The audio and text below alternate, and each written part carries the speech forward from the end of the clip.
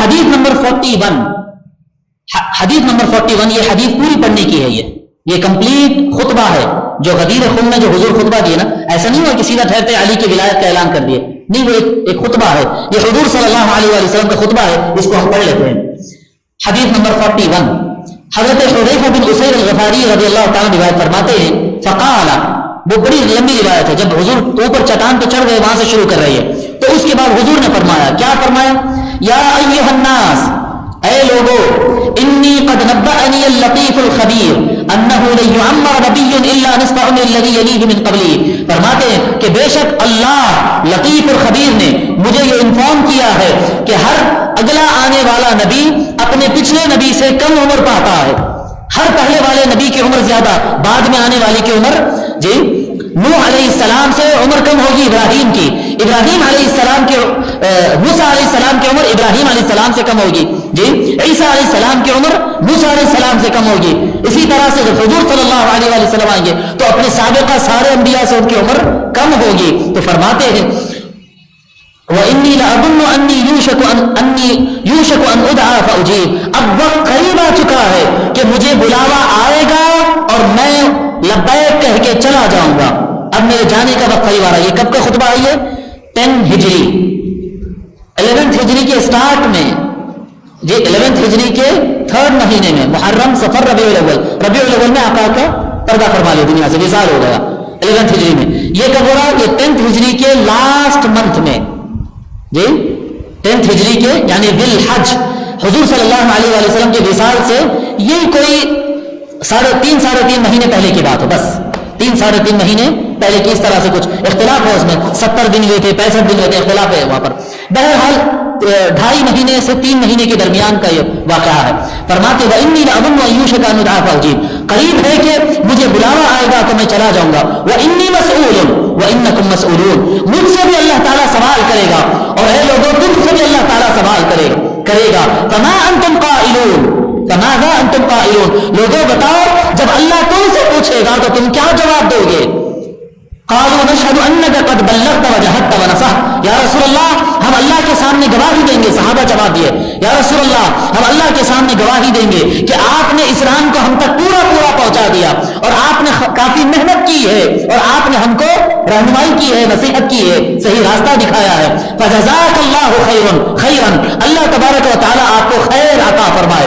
فقال الیس تشهدون ان لا الہ الا اللہ، حضور صلی اللہ علیہ وسلم فرماتے کیا تم اس بات کی گواہی نہیں دیتے کہ لا الہ الا اللہ، نہیں ہے کوئی معبود سوائے اللہ کے، وان محمد عبدہ ورسولہ، اور یہ کہ محمد اللہ کے بندے اور رسول ہے، وان جنتہ حق ونارہ حق، اور یہ اس بات کی گواہی نہیں دیتے کہ اللہ کی جنت حق ہے، اللہ کی دوزخ حق ہے، وان الموت حق، موت حق ہے، وان البعث بعد الموت حق، اور مرنے کے بعد اٹھنا برحق ہے، وان الساعۃ آتیۃ لا ریب فیہا، اور یہ کہ قیامت آنے والی ہے، اس میں کوئی شک نہیں ہے، وان اللہ یبعث من فی القبور، اور اللہ سارے قبر والوں کو اٹھا کر میدان محشر میں کھڑے کرے گا، کیا تم اس بات کی گواہی دیتے ہو؟ قالوا بلا، سارے صحابہ جواب دیے یا رسول اللہ ہم اس بات کی گواہی دیتے، یہ ایمان کو دہرا رہے تھے آقا صلی اللہ علیہ وسلم۔ قالوا بلا یا رسول اللہ نشهد بذلك، ہم یہ ساری باتوں کی گواہی دیتے۔ حضور صلی اللہ علیہ وسلم اوپر کی طرف دیکھتے اور کہتے اللہم اشہد، اے اللہ تو گواہ بن جا، میں پہنچا دیا، اے اللہ تو گواہ بن جا۔ پھر اس کے بعد فرماتے ثم قال یا ایھا الناس، بات مکمل کرنے کا فرماتے پھر اے لوگو ان اللہ مولایا وانا مولا المؤمنین، لوگو بے شک اللہ میرا مولا ہے اور مومنوں کا میں مولا ہوں، اللہ میرا مولا ہے اور سارے مومنین کا میں مولا ہوں، وانا اولا بہم من انفسہم، اور میں ان کی خود کی جانوں سے زیادہ ان کا مالک میں ہوں، وہ اپنے آپ کے مالک ہیں پر اور بڑا مالک میں ہوں ان کا، میں ان کی جانوں کا ان سے زیادہ مالک ہوں۔ فمن کنت مولا ہوں فہذا یعنی علی مولا، میں جس کا میں مولا ہوگا یہ یعنی علی اس کا مولا ہوگا۔ اللہم والی من والا، اے اللہ تو اس کا مولا بن جا جو علی کو اپنا مولا مانتا ہو، وعادی من عادا، جو علی سے دشمنی کرے گا اے اللہ تو اس کا دشمن بن جا۔ ثم قال، پھر فرماتے حضور صلی اللہ علیہ وسلم علی کی ولایت کا اعلان کر کے فرماتے انی فرقکم، لوگوں اس دنیا سے میں تم سے پہلے جانے والا ہوں، میں تم سے آگے چلنے والا ہوں، وَإِنَّكُمْ وَارِدُونَ عَلَيَّ الْحَوْض، اور تم بھی پلٹ کر پھر میرے پاس آؤ گے، میں حوض کوثر پر کھڑا رہوں گا، تم حوض کوثر پر میرے پاس آؤ گے. حوض اعرض ما بین بصرہ و صنعاء، اتنا بڑا وہ حوض ہوگا جتنا بصرہ اور صنعاء، بصرہ ملک شام کا علاقہ ہے، ملک شام کا علاقہ جو جنگیں چل رہے ہیں نا ملک شام، اس کا علاقہ بصرہ ہے. صنعاء کیپٹل سٹی آف دی یمن. آپ مڈل ایسٹ کا میپ تھوڑا ذہن میں لائے نا، ایک طرف یمن ہے، بیچ میں پورا سعودیہ ہے، اس کے اوپر جارڈن ہے، اس کے اوپر ملک شام سیریا ہے. آپ تصور کریں 2,500-3,000 کلومیٹر کا فاصلہ ہے. فرماتے ہیں میرا حوض کوثر بصرہ اور صنعاء 2,500-3,000 کلومیٹر کا اتنا میرا حوض ہوگا، اور تم سارے میرے حوض پر آؤ گے. وہاں پر فرماتے ہیں فیہ عدد النجوم قدحان من فضہ، وہ اتنے بڑے حوض کے اندر ستاروں کے برابر، ستاروں کی تعداد کے برابر چاندی کے کٹورے اس کے اندر ہوں گے جس سے تم پانی لے کر پیو گے. جی چاندی کے کٹورے اس کے اندر ہوں گے. وَإِنِّي سَائِلُكُمْ حِينَ تَعِدُونَ عَلَيَّ عَنِ الثَّقَلَيْنِ، اور جب تم حوض کوثر پر مجھ سے ملاقات کے لیے اور پانی پینے کے لیے آؤ گے، اس وقت میں تم سے سوال کروں گا. ایک تو تھا نا اللہ سوال کرے گا، اب رسول اللہ فرما رہے حوض کوثر پر ٹھہر کر میں تم سے سوال کروں گا. کس کے بارے میں؟ سب سے وزندار دو چیزوں کے بارے میں. عن الثقلین، سب سے وزندار، یہ میرا لفظ نہیں ہے اور یہ ایک حدیث میں آیا سو لفظ نہیں ہے، کثرت سے احادیث میں لفظ آیا ہے اور وہ لفظ ہے سب سے وزندار دو چیزیں. عن الثقلین فانظروا کیف تخلفون فیہما، سب سے وزندار چیزوں کے بارے میں جو میں نے تم کو عطا کیے، سب سے وزندار چیزیں، ان کے ساتھ تمہارا تعلق کیسا رہے گا اس بارے میں غور کر لو. جی فانظروا کیف تخلفون فیہما. پھر آقا صلی اللہ علیہ وسلم فرماتے الثقل الاکبر، سب سے وزندار چیز جو میں تم کو دے رہا ہوں وہ کیا ہے؟ کتاب اللہ، وہ اللہ کا کلام قرآن ہے. سبب طرفہ بید اللہ و طرفہ بایدیکم، ایک طرف سے قرآن کا تعلق راست اللہ سے ہے کہ وہ اس کا کلام ہے، اور دوسری طرف قرآن کا تعلق بندوں سے ہے کہ یہ بندوں کے لیے آیا ہے. جی یہ اللہ اور بندوں کو جوڑنے والا کلام، یہ سب سے وزندار چیز میں تم کو عطا کیا. پھر فرماتے ہیں فاستمسکوا بہ لا تضلوا، اس کو مضبوطی سے تھام لو، گمراہ نہ ہو جاؤ. ولا تبدلوا، اور اپنے مذہب کو بعد میں بدل لینا نہیں. پھر فرماتے ہیں دوسری وزندار چیز وعترتی اہل بیتی، میرا خاندان، میرے اہل بیت تمہارے درمیان چھوڑ جا رہا ہوں. میں قیامت کے دن پوچھوں گا کہ تمہارا تعلق، تمہارا رویہ، تمہارا انداز، تمہارا طریقہ، تمہاری محبتیں، تمہاری وفاداریاں میرے اہل بیت کے ساتھ کیسی رہی تھی. یہ حدیث کے الفاظ. وعترتی اہل بیتی فانہ قد نبأنی اللطیف الخبیر، بس بے شک مجھے اللہ نے، لطیف و خبیر نے مجھے یہ بات بتائی ہے. انما لن ينقضي حتى يرد علی الحوض، کہ اہل بیت اور قرآن قیامت کے دن حوض کوثر پہ آنے تک کبھی اہل بیت اور قرآن الگ الگ نہیں ہوں گے. قرآن اور اہل بیت، قرآن اور اہل بیت. لوگوں یہ وہ سوال ہے قرآن اور اہل بیت جو آقا خود ہم سے پوچھیں گے قیامت کے دن. بتاؤ میرے گھر والوں سے تمہاری کیا محبت تھی، کیا تعلق تھا، یاد بھی کرتے تھے یا بھول گئے؟ جی تیاری کر لو، قیامت کے دن کی تیاری کر لو. اللہ اکبر. امام بغوی کہتے ہیں فجعلهما ثقلین اعظاما لقدرهما، کیونکہ یہ سب سے زیادہ عظمت والے ہیں اس لیے ان کو آقا صلی اللہ علیہ وسلم نے ثقلین بیان کیا ہے. قاضی عیاض رحمۃ اللہ علیہ بڑے ائمہ اہل سنت سے بڑے امام حدیث اور امام فقہ گزرے، فرماتے قیل سمیا بذلک لعظم اقدارہما وقیل لشدت الاخذ بہما. فرماتے ہیں کہ ان کا عظیم مقام، یعنی قرآن اور اہل بیت کا انتہائی عظیم مقام ہونے کی وجہ سے ان کا نام ثقلین رکھا گیا. اور انہوں نے کہا کہ یہ بھی ایک وجہ ہے کہ ان کو سب سے وزندار چیز کہا گیا، کیونکہ قیامت کے دن ان دو چیزوں کے بارے میں سوال بڑا سخت ہونے والا ہے. قرآن کے بارے میں آج میں ایک تھوڑا سا یہاں پر روکنا چاہوں گا، اور تھوڑا سا روک کر دماغ لگا کر آپ غور کریں. آج ہم کو افسوس کے ساتھ، میں جامعہ نظامیہ کا طالب علم ہوں، علامہ طاہر القادری صاحب کا آدمی ہوں. جی شیخ الاسلام علامہ طاہر القادری صاحب کا آدمی ہوں، منہاج القرآن کا ڈائریکٹر ہوں، ان کا ورکر ہوں میں. ٹھیک ہے، میں آپ سے سوال کرتا ہوں، آج ہم کو نظامی معلوم ہے، آج ہم کو منہاج القرآن معلوم ہے، آج ہم کو بریلی معلوم ہے، آج ہم کو دیوبندی معلوم ہے، جی آج ہم کو بہرا معلوم ہے، سنی معلوم ہے، وہابی معلوم ہے، سلفی معلوم ہے، شیعہ معلوم ہے، آج ہم کو یہ بھی معلوم ہے، وہ بھی معلوم ہے، سب معلوم ہے، سب کو جانتے ہیں، سب کو سمجھتے ہیں، سب کرتے ہیں. قرآن اور اہل بیت یہ بھی کبھی آتا ہمارے سبجیکٹ کے اندر؟ یہ نہیں آتا. بریلیوں کا اور دیوبندیوں کا اختلاف کیا ہے معلوم ہے، قرآن کا ترجمہ نہیں آتا. جی احمد رضا خان کون تھے, اشرف علی تھانوی کون تھے, بچہ بچہ بتا دے گا.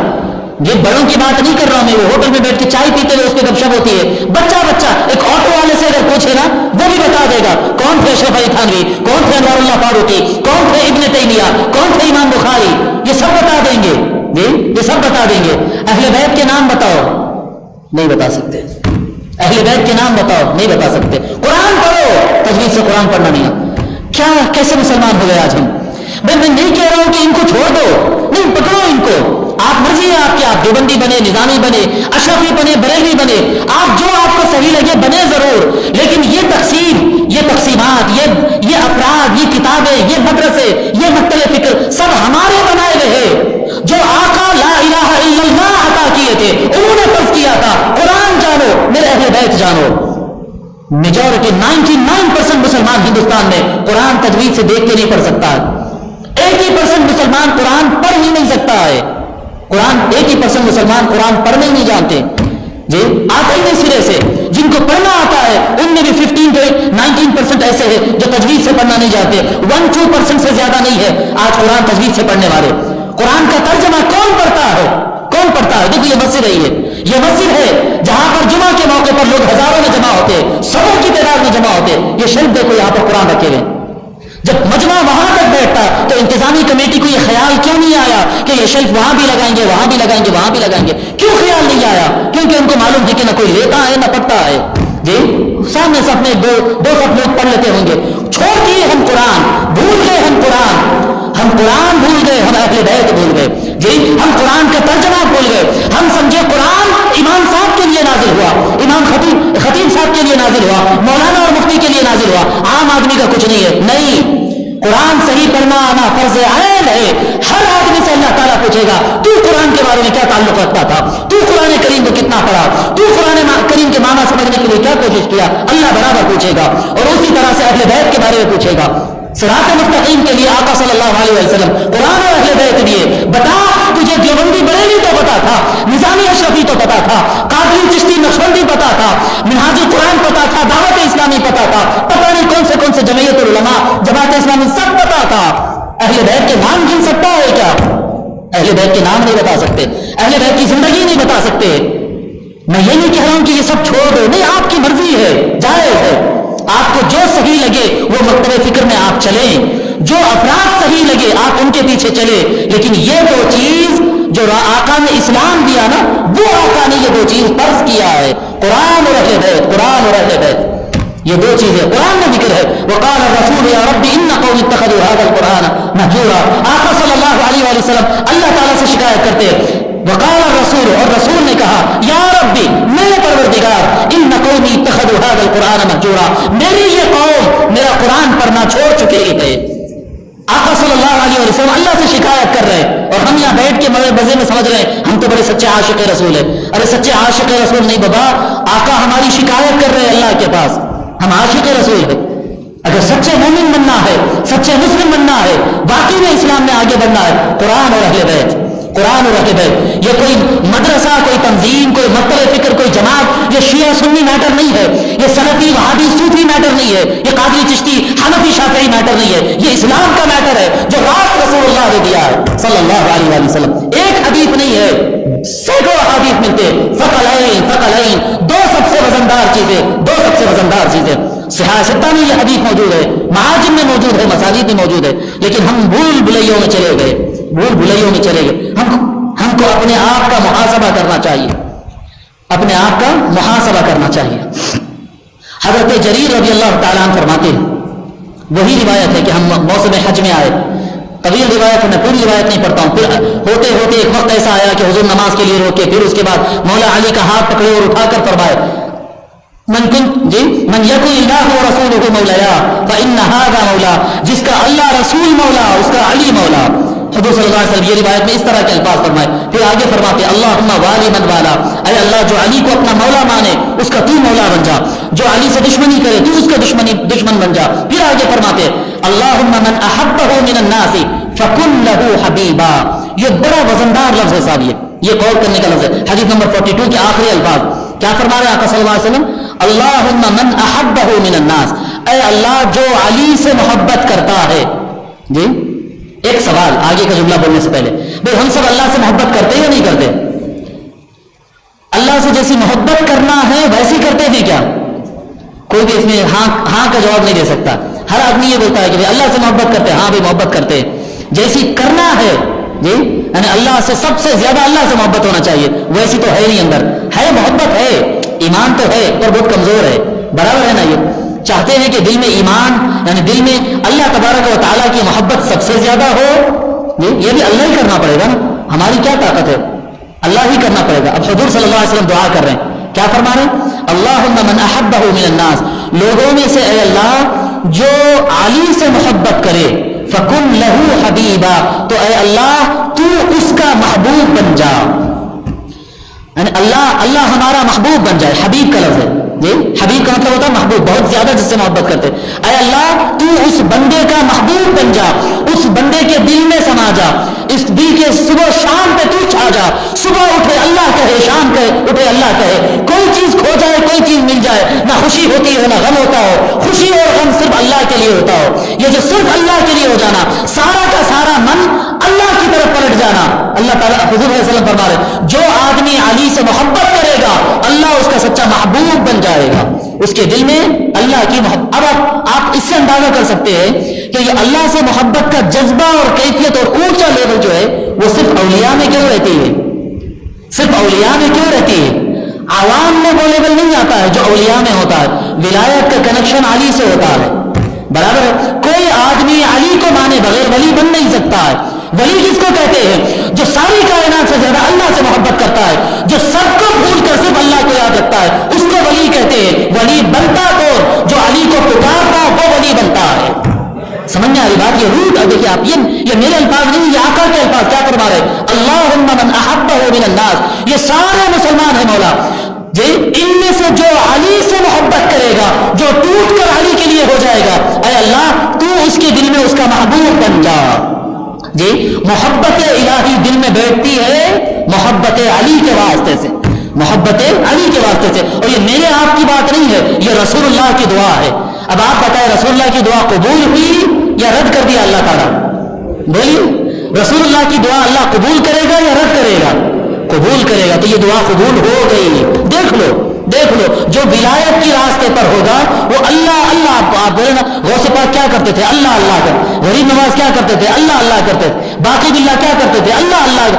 جو ولی کا ذکر کریں گے وہ اللہ اللہ کرتے تھے. ہے کون؟ ولی، یعنی علی کی چین میں جو آ گئے جی، علی کے غلاموں میں جو آ گئے، علی کے کنیکشن میں جو آ گئے، اس کے دل و زبان پہ اللہ اللہ جاری ہو گیا. اللہ اللہ جاری ہو گیا. پھر فرماتے ومن ابغضہ فکن لہ مبغضا. اے اللہ جو علی سے بغض رکھتا ہے تو بھی اس کے لیے اپنا بغض رکھ. جی، جو علی سے نفرت کرتا ہے تو بھی اس سے نفرت فرما. حضرت عمرو بن مرہ رضی اللہ تعالیٰ روایت فرماتے ہیں، حضرت عمرو بن مرہ وزید بن الارقم قالا، دو راوی دو صحابی فرماتے ہیں خطب رسول اللہ صلی اللہ علیہ وآلہ وسلم یوم غدیر خم.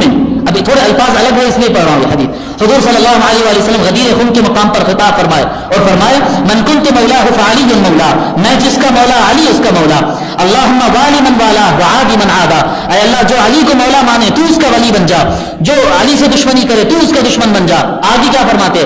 وانصر من نصرہ وَأَعِنْ مَنْ أَعَانَ. یہ ایکسٹرا ہے. فرماتے آقا صلی اللہ علیہ وآلہ وسلم اے اللہ جو علی کا مددگار بن جائے. جب علی کے سامنے کوئی دشمن ہو، کوئی علی سے بغض رکھنے والا، کوئی علی کا مخالف ہو، تو جو علی کے سپورٹ میں ٹھہر جائے اللہ تو اپنی مدد اس کے لیے ریزرو کر دے، اس کی مدد کر جو علی کی مدد کے لیے کھڑا ہے. پھر فرماتے وَأَعِنْ مَنْ أَعَانَ. جو علی کا ساتھ دیتا ہے اے اللہ تو اس کا ساتھ دے.